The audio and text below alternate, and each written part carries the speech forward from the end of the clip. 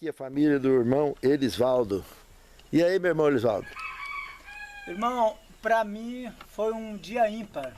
Ter um homem de Deus na minha casa não é para todo dia.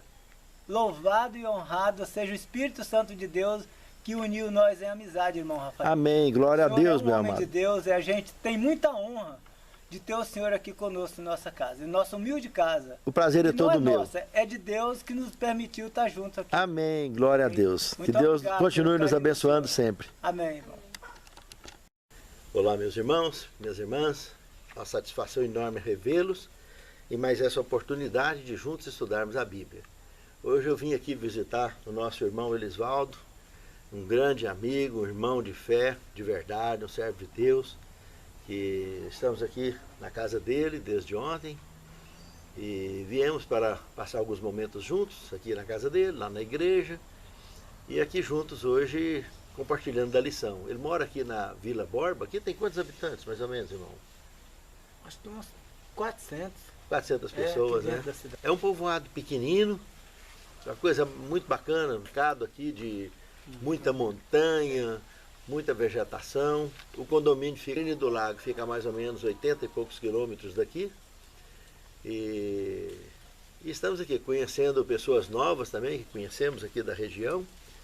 E hoje, a lição de número 10, aqui juntos estaremos compartilhando dela. Eu vou pedir ao irmão Elisvaldo que dirija a oração inicial, para nós estudarmos essa lição. Vamos orar então. Soberano Deus, Pai bendito, Pai do nosso Senhor e Salvador Jesus Cristo, Rei dos Reis, Senhor dos Senhores. Amém. Louvado, honrado, exaltado e glorificado seja o nome do Senhor. Amém, Senhor. Por todas as suas criaturas. Amém. Deus querido, neste momento, queremos aqui contar com a presença do Espírito Santo do Senhor. Amém, Senhor. Para que possamos, meu Deus, entender a lição. Amém.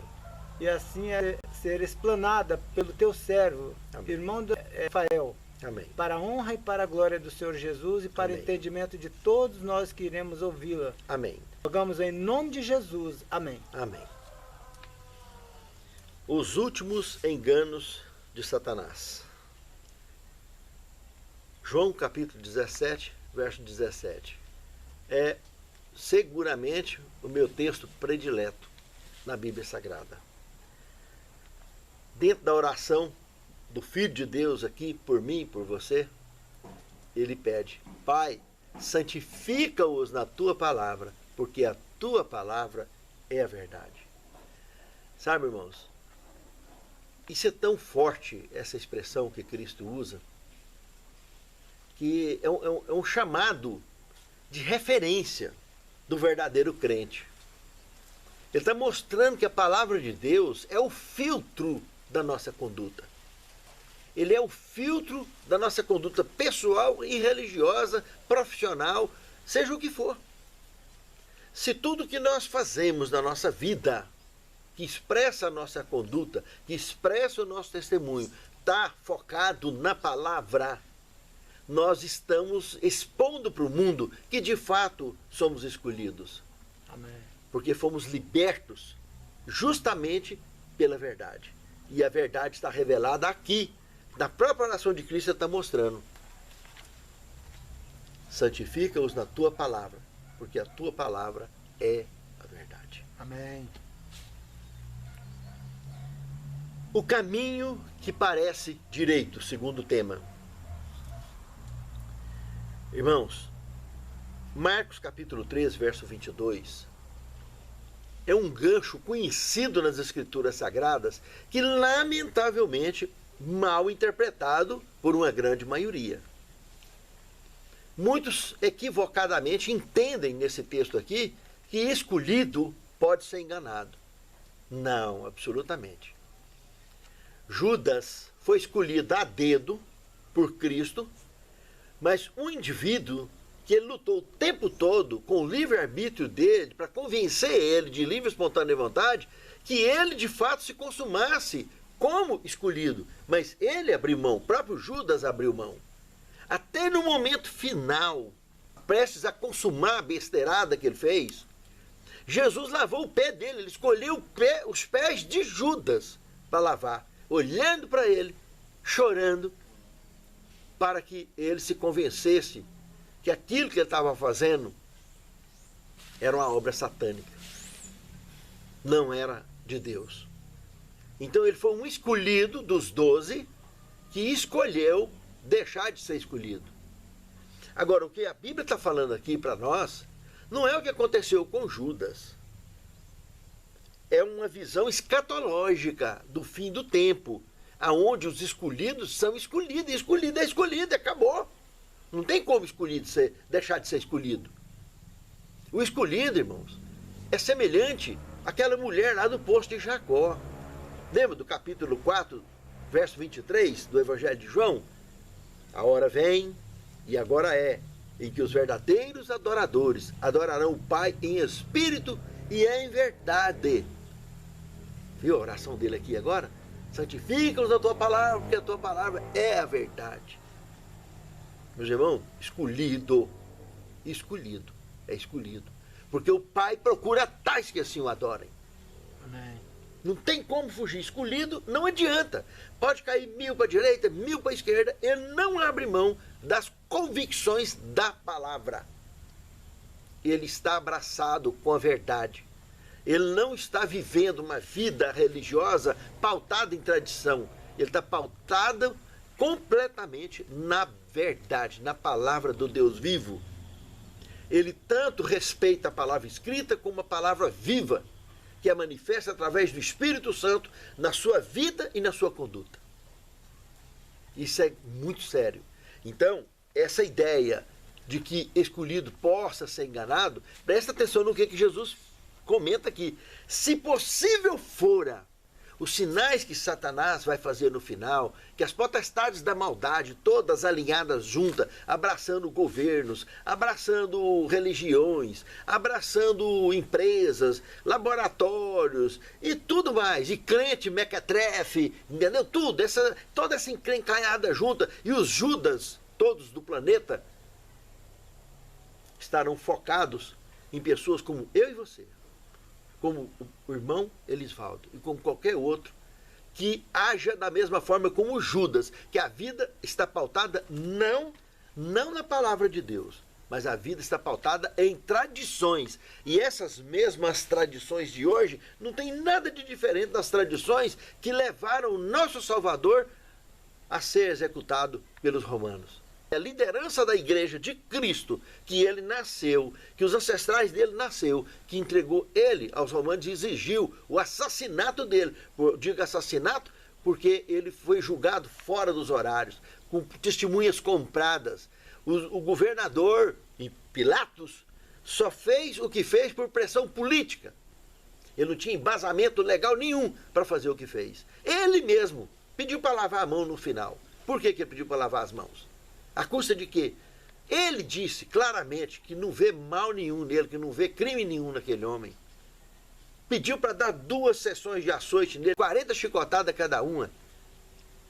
Ele ficou com carne viva, exposto para os outros, e a igreja dele já tinha comprado a testemunha e estava lá.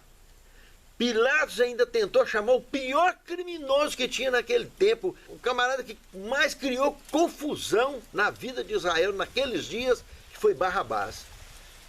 Pilatos foi lá e falou: olha, na Páscoa sempre eu coloco 2 criminosos aqui para libertar um. Foi lá e buscou Barrabás, pôs do lado de Cristo. A liderança política sabia que Pilatos ia colocar alguém lá. E Pilatos fez questão de pegar o pior que existia. Colocou do lado de Cristo. Quem que eles escolheram? Todo mundo conhece a história. Então, essa cambada, essa corja de gente que trabalha para o diabo, isso é muito antigo. Antes de Cristo já tinha, durante os dias de Cristo, e continua hoje. Dentro e fora da igreja. Isso não acabou. É por isso que gente de tudo quanto é tipo de podridão a gente vê dentro e fora da igreja. Não tem diferença nenhuma do mundo. A única diferença que tem é quando as pessoas estão realmente conectadas com a palavra, que estão santificados pela palavra, que não abrem mão da palavra. Aí sim, esses conseguem romper, como rompeu os 11. Matias, que substituiu Judas. Paulo e os outros 11 apóstolos, meus irmãos, desde quando eles foram enganados? Desde que eles assumiram o comando da palavra, todos morreram, sacrificados por não abrir mão da palavra.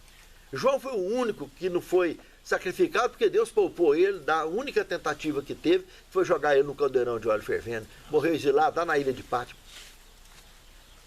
Todos os outros foram, desde quando? Escolhido e enganado. Escolhido é escolhido. Mas você é escolhido? Tem certeza absoluta? Você respeita a palavra de Deus? Você pautou sua vida na palavra de Deus? As suas ações está pautada nas Escrituras Sagradas? Se está, você é um escolhido, com certeza é um vitorioso. E escolhido não tem medo da verdade. Escolhido ama a verdade. Escolhido, ele não tem medo de ser escolhido. Ele tem honra de fazer parte desse grupo que o Senhor selecionou. E continua selecionando, porque o Pai procura tais que assim o adorem, em espírito e em verdade. Amém. Fazer parte desse grupo é muito honroso, porque nós estaremos dentre aqueles que marcharão para dentro dos portais da Cidade Santa. Amém. Pense nisso, amado irmão. Pense nisso, amado irmão. Terceiro tema, a antiga mentira da imortalidade. Irmãos, Apocalipse capítulo 16, verso 13 e 14, está falando de 3 demônios semelhantes a rãs, que saíram do meio das tramas do próprio Satanás. Irmãos, lá no Éden, quando os nossos pais estavam lá, eles tinham cuidado de lavrar, cuidar do jardim. Nós estamos falando de um jardim, irmãos, que tinha 2.000 quilômetros cada lado do jardim. Um espaço muito grande. E esses dois, esse casal, os nossos primeiros pais, eram os responsáveis. Pode ter certeza que muitos olham às vezes para Deus sentado numa nuvem com um cajadinho na mão, né? E olhando para a cara feia para o povo. Não, meu irmão, não é por aí não. Nós vivemos numa Via Láctea que ela tem mais de 100.000 anos-luz de diâmetro e tem mais de 2,5 trilhões de galáxias no universo hoje.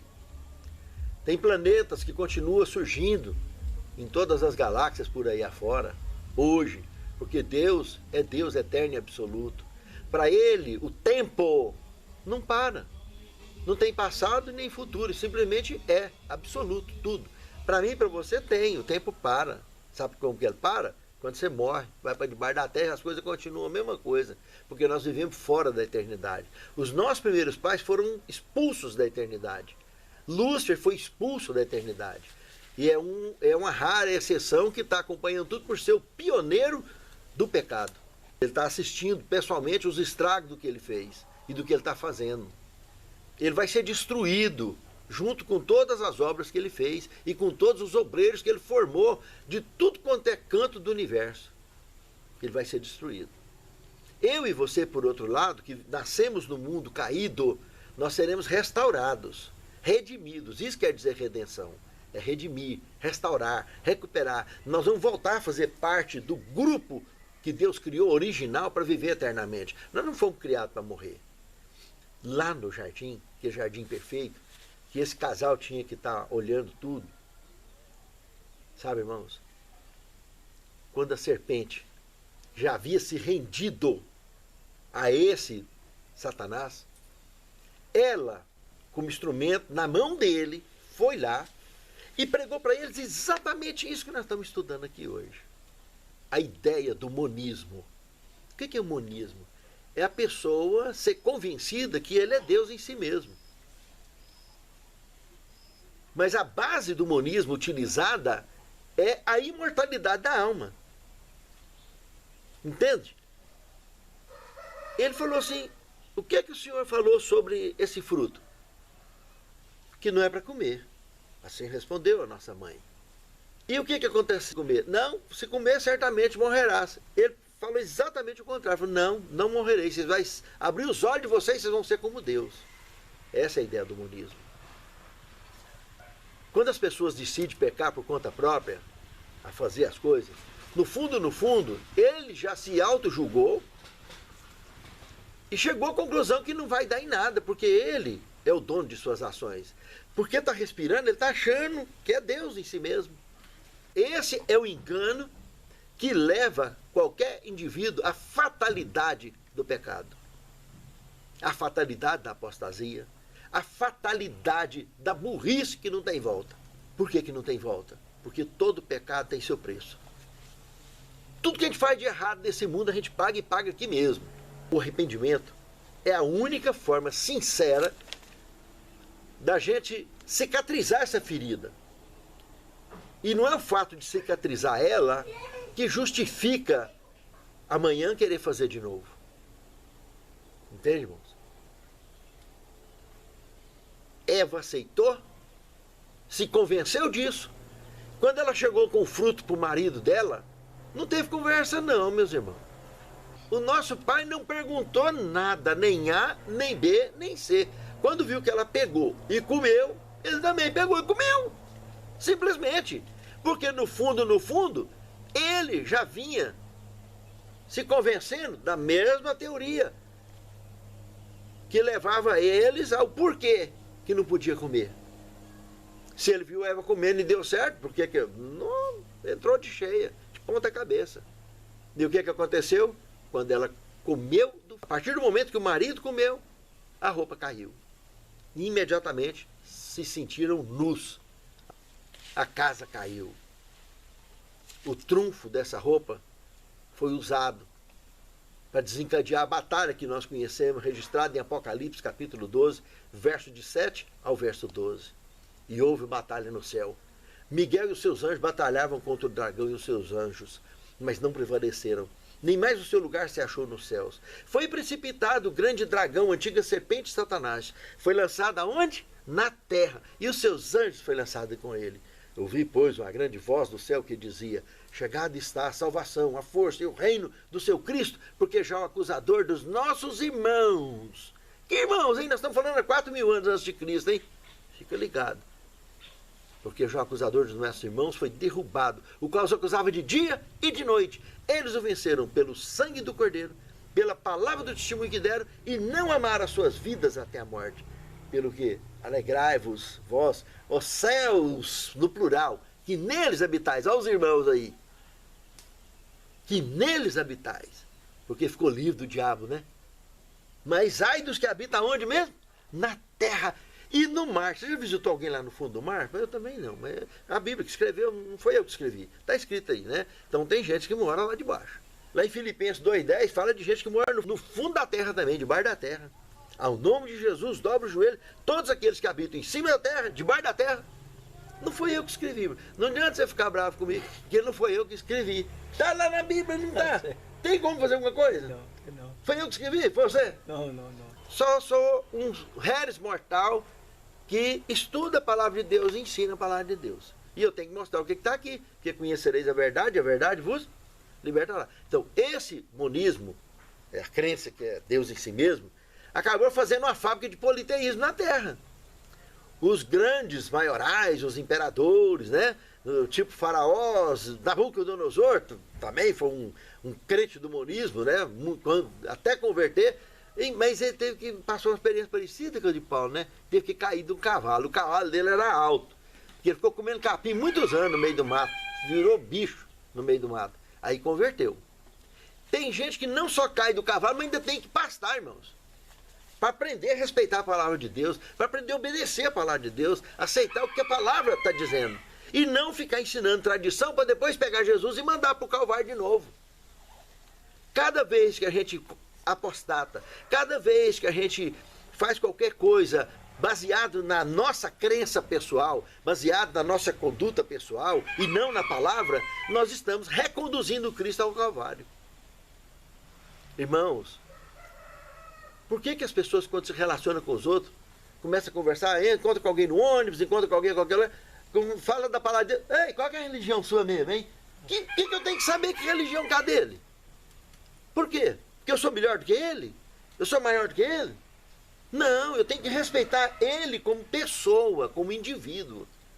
E não interessa a religião, o que interessa é a palavra, ela é o filtro. Conhecereis a verdade e a verdade vos libertará. Pai, santifica-os na tua palavra. Então, se ele está falando a palavra e ela está filtrada dentro da conduta, eu não tenho que me preocupar com isso, eu tenho que exaltar a palavra e não tecer essa oportunidade desse encontro que Deus promoveu. E não querer saber qual é que é a religião, não tem nada a saber. Isso aí pode acontecer espontaneamente. O que eu estou tentando mostrar é o lado mal do ser humano, que não precisa. Porque se ele falar, não, eu sou testemunho de Jeová, então não serve. Ah, eu sou muçulmano, então não serve. Então, não é por aí que funciona. Porque quando a gente fala da palavra de Deus, a palavra de Deus, ela amarra todo mundo. Jesus morreu para salvar o testemunho de Jeová, o muçulmano. Morreu para salvar o cristão, para salvar todo mundo. E é a palavra que liberta dos erros e dos enganos que qualquer religioso cometa, inclusive nós.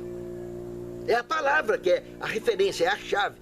É isso que esse tema está apresentando. Ela é a chave. Se você for basear na tradição, no seu comportamento, no que você é, no que você se tornou até hoje, você só vai fazer besteira, porque a nossa vida sem Cristo é só besteira. Por isso que a chefa das bestas, tudo chama besta. Entende? Se envolver com o sistema da tradição, vai acabar fazendo o que o sistema fez com Cristo, traindo ele, excluindo ele, jogando ele nas mãos dos inimigos para ser executado. Não muda nada na história. E nós precisamos de fazer diferença na história. E a diferença só é feita se respeitarmos isso aqui. Amém. Do contrário, vai continuar repetindo a história. E Jesus em breve voltará. Veio para buscar a mim e a você. Amém. A antiga mentira da imortalidade, como nós estamos vendo aqui no tema, nós estamos vendo lá no Éden. E nós vimos nesse trecho da batalha no céu, que isso já vem rolando há muitos e muitos anos, desde ensinar mentira. E a imortalidade da alma, a base que leva no fundo, é essa que nós vimos que aconteceu com os nossos pais, é a mesma jogada que ele faz hoje em dia. É a mesma base da apostasia atual e das rebeldias que levaram Cristo ao Calvário e continua levando os crentes mequetrefe, né, à apostasia. Só que tudo tem volta, irmãos. Enquanto nós vivemos nesse planeta e sentimos o apoio do Espírito Santo no nosso coração, o chamado dele, enquanto nós sentimos o chamado dele, tem tempo da gente converter e viver de fato. Pedro também traiu Jesus. E foi 3 vezes. Mas ele arrependeu. Pedro, quando estava lá junto com Paulo, ele estava lá com os gentios, conversando com Paulo, foi só chegar um bando de cristãos judeus, Pedro foi lá e fez pouco caso dos cristãos gentios que estavam ali. E Paulo teve que dar uma dura, mas uma dura danada nele. Pensa, Pedro, tanto que Pedro deu trabalho, líder da igreja, mas ainda Cristo estava pelejando com a conversão dele até no final. Mas no final, ele se tornou um crente tão qualificado que ele não se achou digno de morrer crucificado de cabeça para cima. Ele pediu para ser crucificado de cabeça para baixo. Ele deixou esse legado, irmãos, de mostrar que ele custou, mas entendeu. E deixou escritos especiais, como, por exemplo, dizer que eu e você nos tornamos, na realidade, raça eleita. Foi Pedro que falou da raça eleita. Sabe o que é raça eleita? É um mortal convertido. Só isso. O resto é raça caída. Raça caída não vai pisar no céu, não, irmão. Só convertido. Essa turminha do mequetrefe aí não vai pisar no céu nem amarrado no saco, arame farpado. Nem brincando. Mas não vai mesmo. Tá certo. Não tem jeito. Sabe por quê? Porque é raça caída. São Judas que Deus está pelejando com ele debaixo do tempo da graça. Mas se ele não deixar de ser mequetrefe, enquanto a graça está disponível, de ser um crentinho fuleiro, meu irmão, minha irmã, só Jesus na causa, viu? Nós precisamos de ser crente de verdade. E o crente de verdade, ele está amarrado aqui, ó. Ele está baseado aqui. Porque se ele aceita isso aqui como regra de fé, ele vai ter a palavra viva do Espírito Santo falando na consciência dele. Esse é o caminho, andai por ele. Pense nisso. Só assim para vencermos essas mentiras de Satanás, que uma das principais é essa aqui. A segunda, está no quarto tema, Babilônia, o centro da adoração ao sol. É outro trunfo perigosíssimo. Se nós formos lá no livro de Ezequiel, no capítulo 8, irmãos, o capítulo todo do livro de Ezequiel é um ponto que poucas pessoas comentam, mas eu vou comentar. Eu não tenho medo da verdade. Quem foi Ezequiel? Foi um contemporâneo do profeta Daniel, um dos cativos que não morava em Babilônia, mas morava lá perto da região do Quebar, um centro de irrigação que tinha lá. Ele foi conduzido para aquela área de lá. Mas um profeta também do Deus vivo. Daniel já morava na capital, morava dentro do palácio. E Ezequiel, numa de suas visões, essa aqui do capítulo 8, o profeta Ezequiel, ele foi transladado lá da Babilônia, 1.650 quilômetros de distância. Ele foi levado lá para Jerusalém. Presta atenção, irmão, nós estamos falando 5 anos antes de Jerusalém ser destruído. Já tinha acontecido 2 remoções, 2 translados de pessoas vindo de cativos, vindo de Jerusalém para a Babilônia, nos quais o próprio Ezequiel, Daniel, já estava neles. O rei Joaquim, a mãe dele, já estava junto. O pai do rei Joaquim, que também se chamava Joaquim, já tinha sido executado e Ezequias foi colocado no lugar dele como rei vassalo lá em Jerusalém para administrar de acordo com os mandos de Babilônia. Então, agora aqui nós estamos falando entre a segunda e a terceira deportação que aconteceu, onde o profeta Ezequiel teve essa visão do capítulo 8, registrada todo, que na realidade não é só o capítulo 8, é o capítulo 8, o capítulo 9 e o capítulo 10 de Ezequiel. Tem data aí, irmãos, que aconteceu esse translado dele. Ele foi arrebatado até lá. E quando ele chegou lá, em dimensão paralela. Por que eu sei que é dimensão paralela? Não foi eu que escrevi. Leia o capítulo 8 que você vai ver. Ele estava relatando tudo que estava acontecendo na cidade, tudo. O povo adorando o Deus Sol, que é o tema que nós estamos estudando aqui, né? O Deus Tamuz, Deus de D minúsculo, né? Deus Sol, etc. E imagem de escultura enfiada dentro do templo. Ezequiel estava vendo todo mundo e ninguém estava vendo ele. Isso é dimensão paralela. E ele estava assistindo nessa dimensão o futuro 5 anos à frente. Esse momento que ele estava da visão, ele foi projetado no futuro.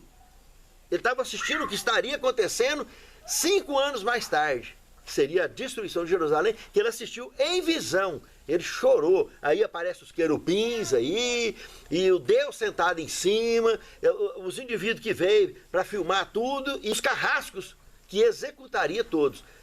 Presta atenção, irmãos. Os que não tivessem proveito seriam executados todos, de mamana caducando. Não era para escapar ninguém. O que tivesse proveito era para ser levado para lá. Porque teve, na realidade, 4 deportações. Essa que destruiria Jerusalém seria a terceira. Depois ainda teria mais uma quarta.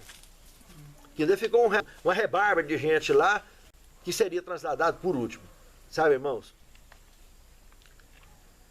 O que está relatado aí, vocês vê que ele, no capítulo 8, do verso 1 ao 3, você vê que tem a data que aconteceu, que pela data e cruzando com a história, né, a gente sabe que isso aconteceria, a destruição aconteceu 5 anos mais tarde. A data que está aí é 5 anos antes da destruição de Jerusalém.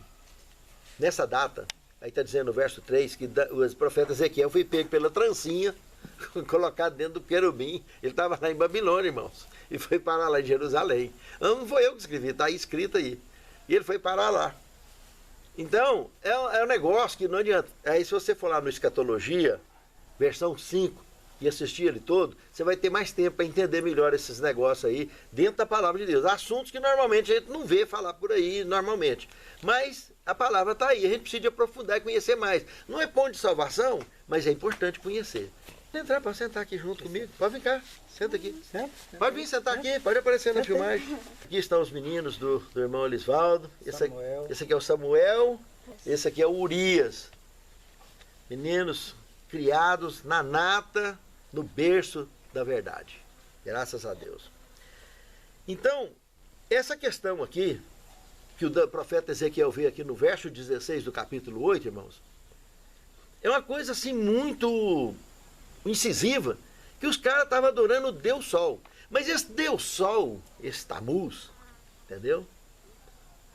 Que os egípcios já quantos e quantos anos antes já tinham adorado, eles adoravam o Sol também. E depois, na era do cristianismo, surge um tal de imperador Constantino, pagão, que também adorava o Deus Sol. E o dia de guarda de quem adora o Deus Sol é domingo. E ele veio, enfiou a goela abaixo na igreja como condição prévia de converter e fazer parte da igreja, essa condição que fizesse essa mudança na lei de Deus. Aí o tal líder religioso de Roma, entende? Foi lá e se achou como substituto de Cristo e foi e pegou a lei que Deus escreveu com o dedo dele em tábua de pedra e fez essa mudança num documento chamado Catecismo Dominical. Que ele se acha o bambambão, poderoso, né? Ele pode perdoar, ele pode absolver as pessoas de pecado, etc. Né? E coisa que só Cristo é insubstituível, que eu saiba, né? Ele morreu e ressuscitou e vem buscar a gente.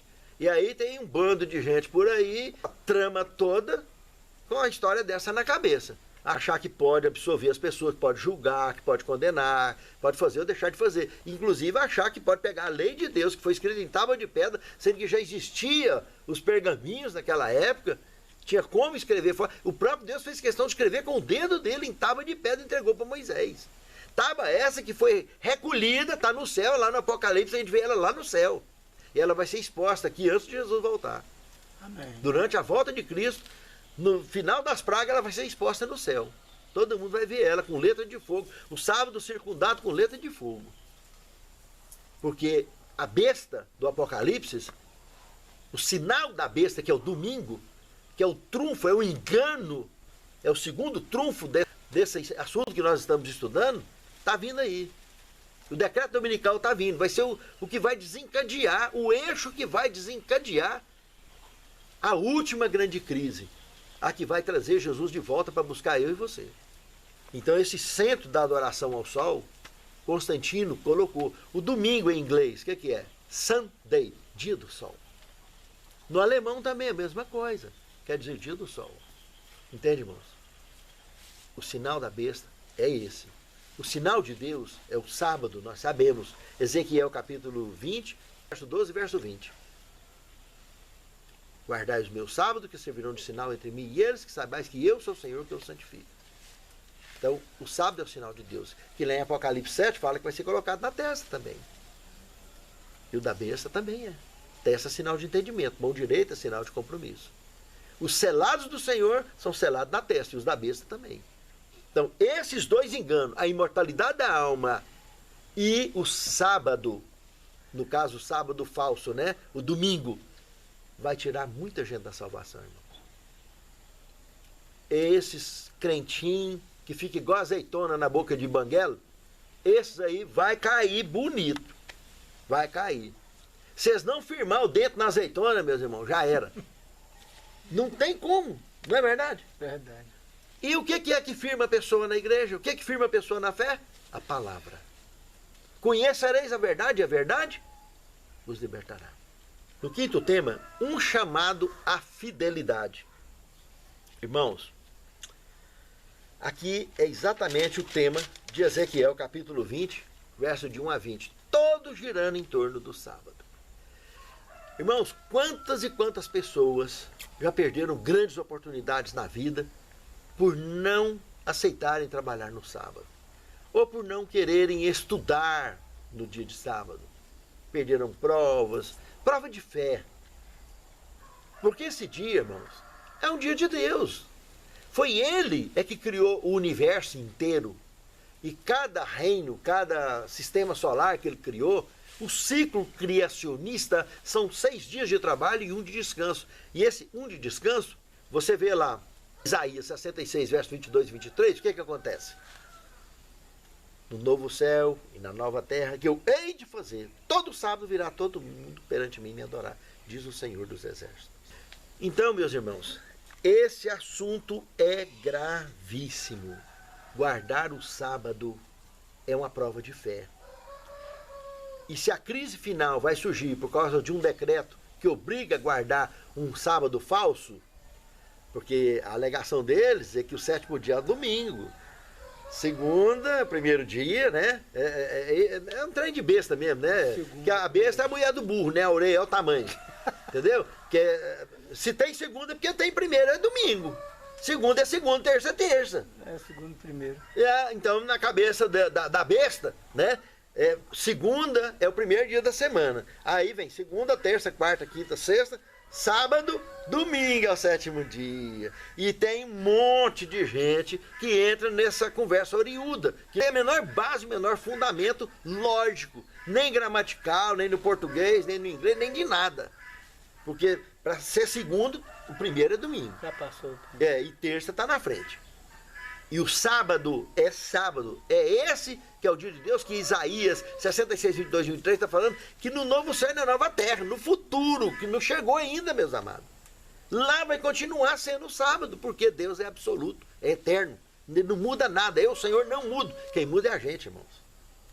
E a gente precisa de mudar muito mesmo, para poder aceitar a verdade do jeito que ela é, viver a verdade do jeito que ela é e ensinar a verdade, não ter medo da verdade, mesmo que tenha que colocar a nossa vida à disposição. Não abrir mão disso, porque o dono da vida é Deus e Ele nos devolve ela a qualquer época. Aqui, meus irmãos e minhas irmãs, Apocalipse 18, 4 e 5, eu preferia citar Apocalipse 18, de 1 a 5. Irmãos, o alto clamor. Aqui é o ápice, é o desfecho das 3 mensagens angélicas. Desde 22 de outubro de 1844, quando Jesus passou do lugar santo para o lugar santíssimo, o santuário celestial, nós começamos, como povo de Deus aqui na terra, a pregar as 3 últimas mensagens de advertência ao mundo. O que está relatado em Apocalipse agora, capítulo 18, verso de 1 a 5, é o alto clamor, é o chamado final. As dobradiças das portas da graça já estão ringindo para fechar, meus amados irmãos. É o momento em que a gente dá o grito de Ló para Sodoma e Gomorra. Sai dela, povo meu! E a própria mulher de Ló, que estava do lado dele, resolveu olhar para trás.